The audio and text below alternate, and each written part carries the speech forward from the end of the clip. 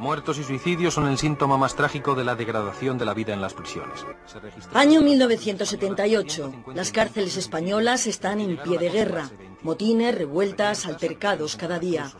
Los reclusos denunciaban que dentro de las prisiones persistían los métodos franquistas.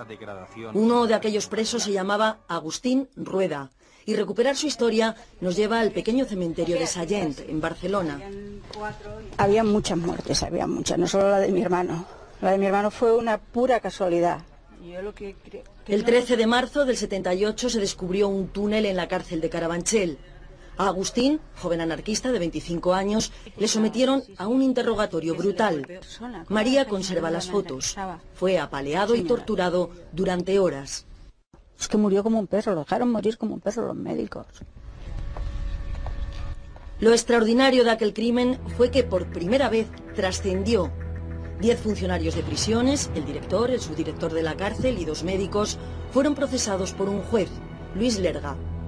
Agustín Rueda fue, para mí, un poco la aberración del exceso. Las fuerzas tienen que ser proporcional siempre.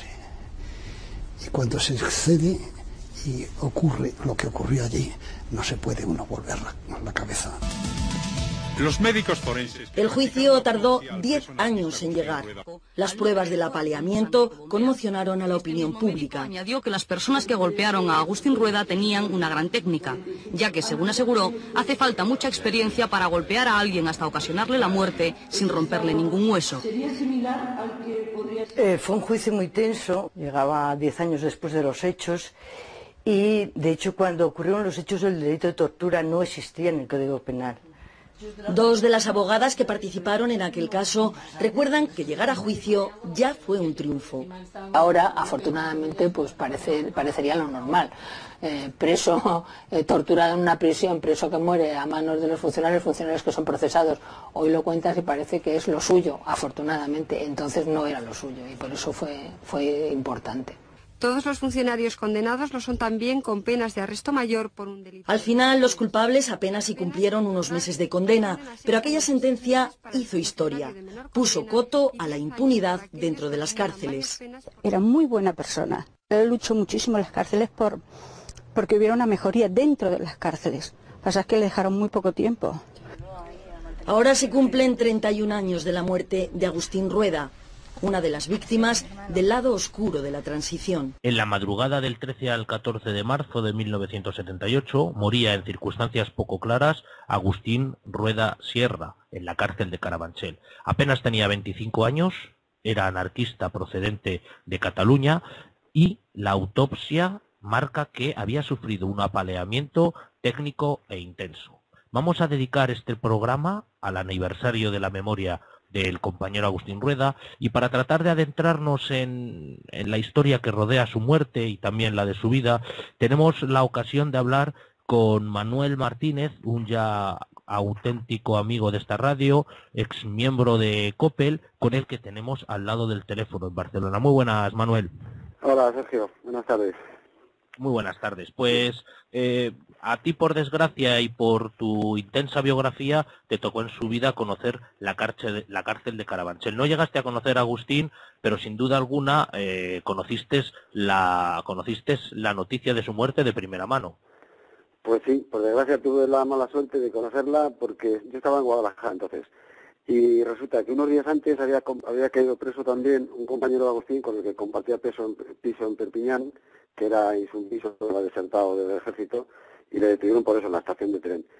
Y la noticia, la desgracia del tiempo, que la noticia, cuando me enteré, que lo escuchamos en Hora 25, un programa de radio en la SER, cuando escuchamos la noticia de que habían asesinado a un preso, que había muerto apaleado en Carabanchel y esto, pues se lo comenté y contamos la suerte que, claro, que era Agustín y era el compañero de él.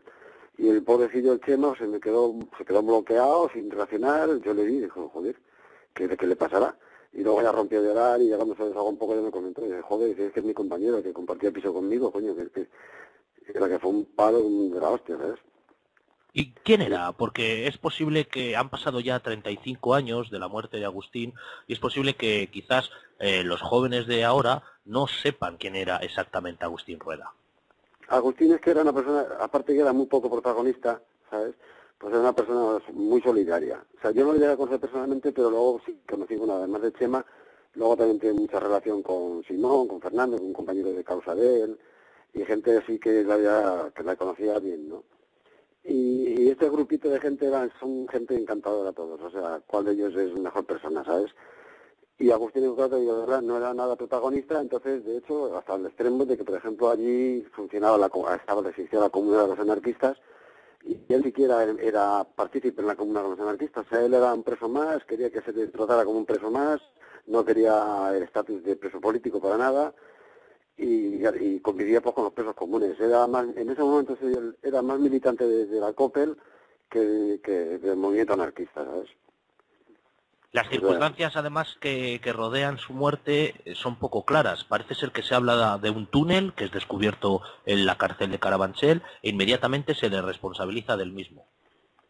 Sí, eso fue, es que hubo algún chivatazo de algún preso o que algún funcionario sospechara, no sé. El caso es que sí que detectaron que se estaba haciendo un túnel para una fuga y en el comedor de la galería de la séptima. Y entonces, pues, uno de los que vieron, dicen ellos, que le vieron salir, pues a uno de los que vieron salir fue a Agustín, ¿sabes? Entonces, lo que hicieron fue que detuvieron, cogieron a 7 personas, 7 y Agustín 8, a los 8, que ellos tenían más o menos, porque claro, cuando bajaron al comedor, estaban por allí, pues claro, cuando bajaron, estaban disimulando, pues con las escobas, cada uno fregando, cada uno haciendo como que hacía algo, ¿no?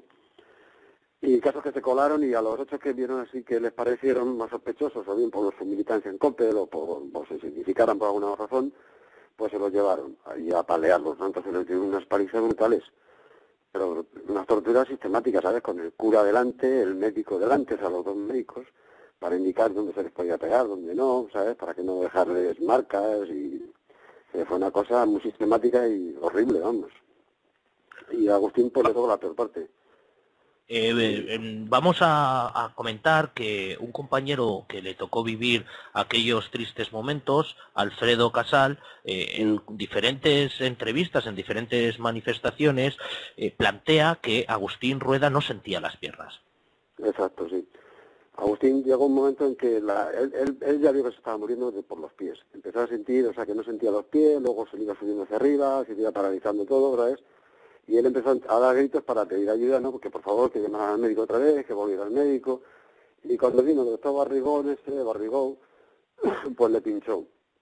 Y los comentarios que dicen, bueno, en ese aspecto, hay quien dice que comentó eso de que al pincharle decía, darle, que esos anarquistas tienen muchos cojones, ¿sabes? Como que aguantaba, como que soportaba el dolor, ¿no? Y luego también dijo que es que era de las humedades. Luego cuando la segunda vez que le preguntaron por lo visto, pues dijo que en el juicio y esto, dijo que es que había humedades, allí no había humedades ningún, ¿sabes? Eso estaba claro que fue por la paliza que le dieron, no estaba totalmente amoratado, estaba negro de los palos que le dieron.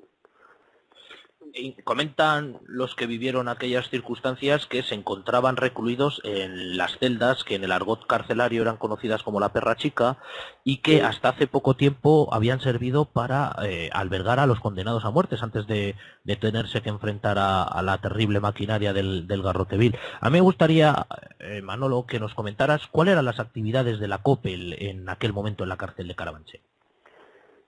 En el momento esto fue en el año 78, creo recordar, sí, porque ahora se cumple el 35 aniversario, esto fue en el 78, era un momento en que estábamos ahí luchando por lograr la autogestión, la Dirección General decía que la cogestión, nosotros por lo que reivindicamos era la cogestión, o sea que pudiéramos organizarnos de forma autogestionada dentro de las cárceles, y estábamos en esa batalla.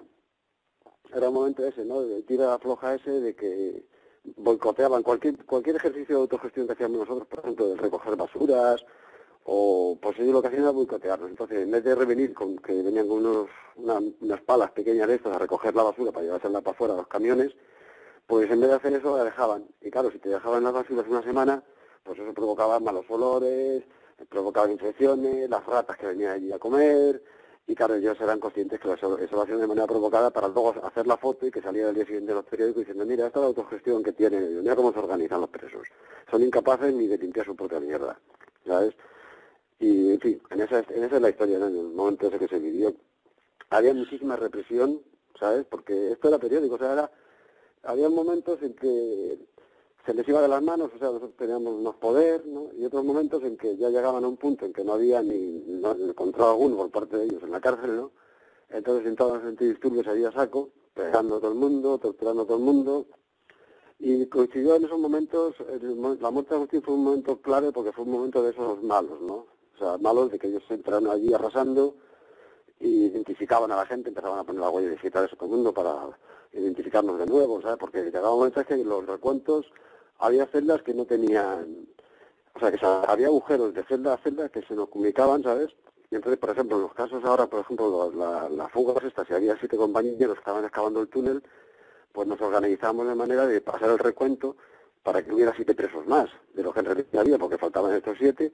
Entonces teníamos que organizarnos y, por ejemplo, yo tenía que, yo o que fuera, ¿no? Había 7 presos que nos tenían que contar 2 veces. Entonces, como había agujeros de una celda a otra, pues pasabas corriendo antes que llegara el otro, le entretenían cualquier cosa, pasabas tú corriendo para que luego te volviera a contar otra vez en la otra celda. Y con esa picaresca, pues es como se conseguía que se pudieran quedar toda la noche ellos ahí cavando el túnel, claro. La muerte de Agustín supone un hito en la historia carcelaria de nuestro país. Por primera vez en mucho tiempo los funcionarios acusados de su muerte son procesados. Y esto era algo que, como te decía, hasta ese momento no se había visto, y son recluidos en Segovia. Sí, son recluidos en Segovia, pero una pantomima, ¿sabes? O sea, eso fue, pues, la prisión de Segovia, precisamente, que anteriormente a eso, anterior o posterior, puede ser que anterior también, era destinada a presos anarquistas, ¿sabes? Y casualidad que luego después eso lo vacían y dejaron la prisión exclusivamente para ellos, por los funcionarios, ¿sabes?